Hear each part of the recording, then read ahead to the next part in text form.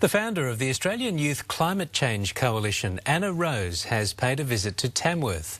Rose is touring regional Australia to promote her book, which is aimed at helping people better understand climate change. Climate change activist Anna Rose believes young people in the region are unsure about the future they're inheriting. One of the things that we've seen in this area is a huge level of concern from young people about the issue of climate change, and we'll be working with those young people to turn that concern into action.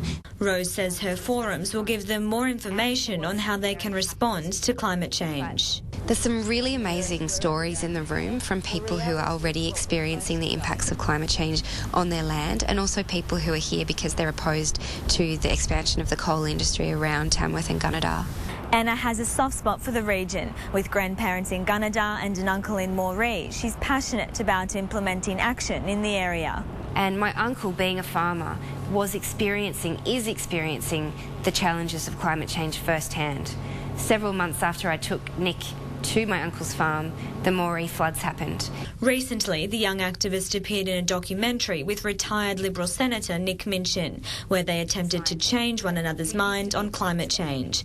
But Rose still holds strong on her belief that climate change is real. Already in regional Australia, we've started to see the impacts of climate change in terms of more extreme weather events, and people are realising that something's going on with our planet. That's a view echoed by New England Climate Action Group member Robin Gunnin.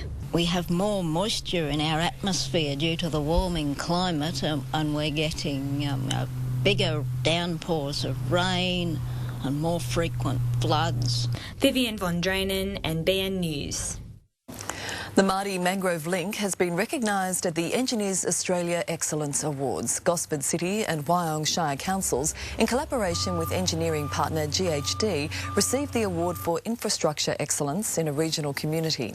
As winner of the Newcastle division, the councils and GHD progress as a finalist in the National Awards to be held in November. The operator behind Newcastle's proposed fourth coal loader has acquired a parcel of land to be used to offset some of the expected environmental impact. Port Waratah Coal Services has bought 242 hectares of land at Tomago. It will be set aside for the restoration and preservation of salt marsh and wetlands. The T4 coal loader proposal is before the Department of Planning and Infrastructure. Work has begun on a scenic walk at the entrance, which is hoped to highlight the natural beauty of Tuggerah Lakes. The Coast to Lake Walk is on track to be officially opened in October.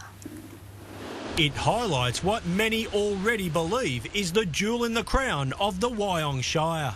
We have such a beautiful environment around the entrance, and I think that this will certainly showcase not only the ocean but also Tuggerah Lakes.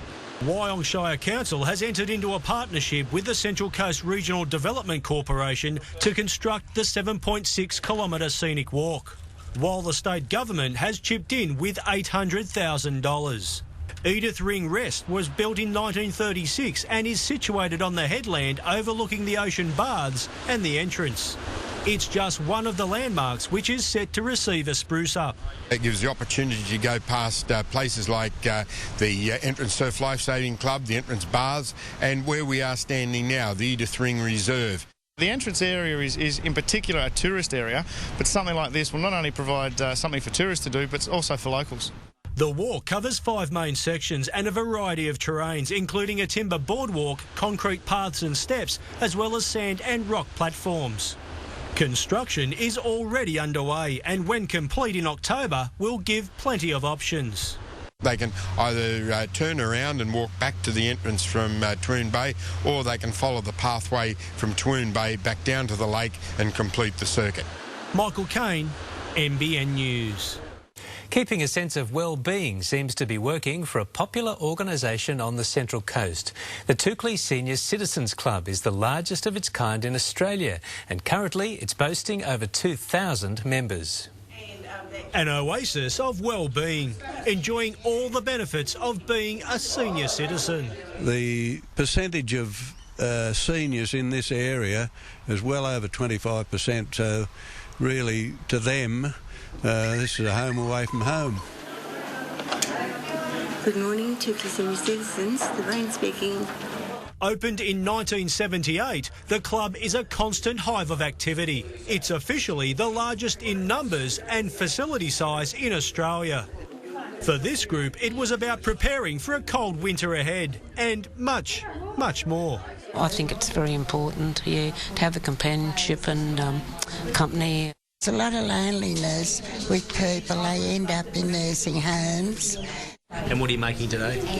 Oh, just a pair of those slippers for my daughter. I love her.